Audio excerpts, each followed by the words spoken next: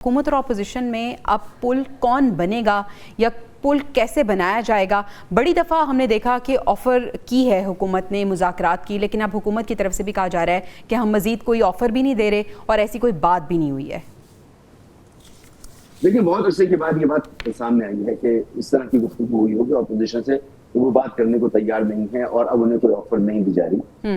ये जो क्योस था जिसका आप जिक्र कर रही हैं, ये 8 फरवरी के इलेक्शन के बाद से मौजूद था और इसको मैनेज कर लिया गया था और ये बड़ी अच्छी तरह से मैनेज रहा।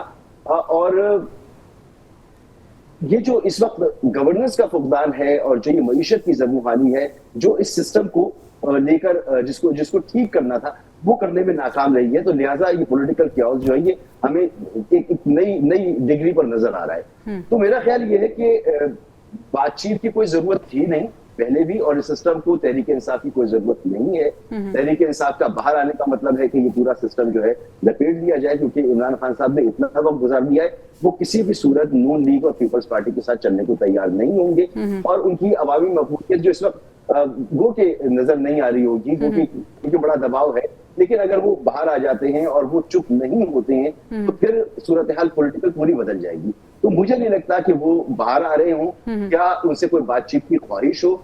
ये किसी ने सवाल किया और उन्होंने उसका जवाब दे दिया, इसको यहीं तक हमें रखना चाहिए। अच्छा मसूद साहब, पाकिस्तान तहरीक इंसाफ जो है वो एहतजाज की भी कॉल दे चुकी है, सितंबर में एहतजाज भी करने जा रही है।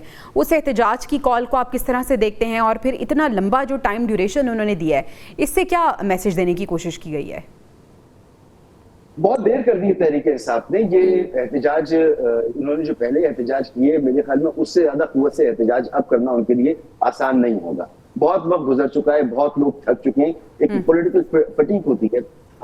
इनकी जो पार्टी है ग्रास रूट लेवल तक जो कुछ इनके साथ हो चुका है, उसके बाद मुझे बहुत मुश्किल लगता है कोई एहतजाज वगैरह ये कर सकें। ये जो इस वक्त आपको सियासी गर्मी नजर आ रही है, जब ये सिस्टम माजी से वजूद में आया था उसी वक्त मैंने उसके बाद कई मरतबा कहा कि एक वक्त ऐसा आएगा जब पीपल्स पार्टी इस सिस्टम से बाहर जाएगी और अपोजिशन बेंच पर बैठेगी। उसकी वजह यह है कि अगर अगले इलेक्शन में बिलावल भुट्टो जरदारी साहब को अपने आप को वजीर आजम का कैंडिडेट बनाना है, तो वो इस सेटअप को निगेट करके ही फिर इलेक्शन में जाएंगे। तो कोई वक्त आएगा कि ऐसा करेंगे, लेकिन क्या इसकी इजाजत मिलेगी और क्या वो ऐसा कर पाएंगे, सवाल है। क्योंकि जिस तरह का वो इलेक्शन सिंध में जीतते हैं,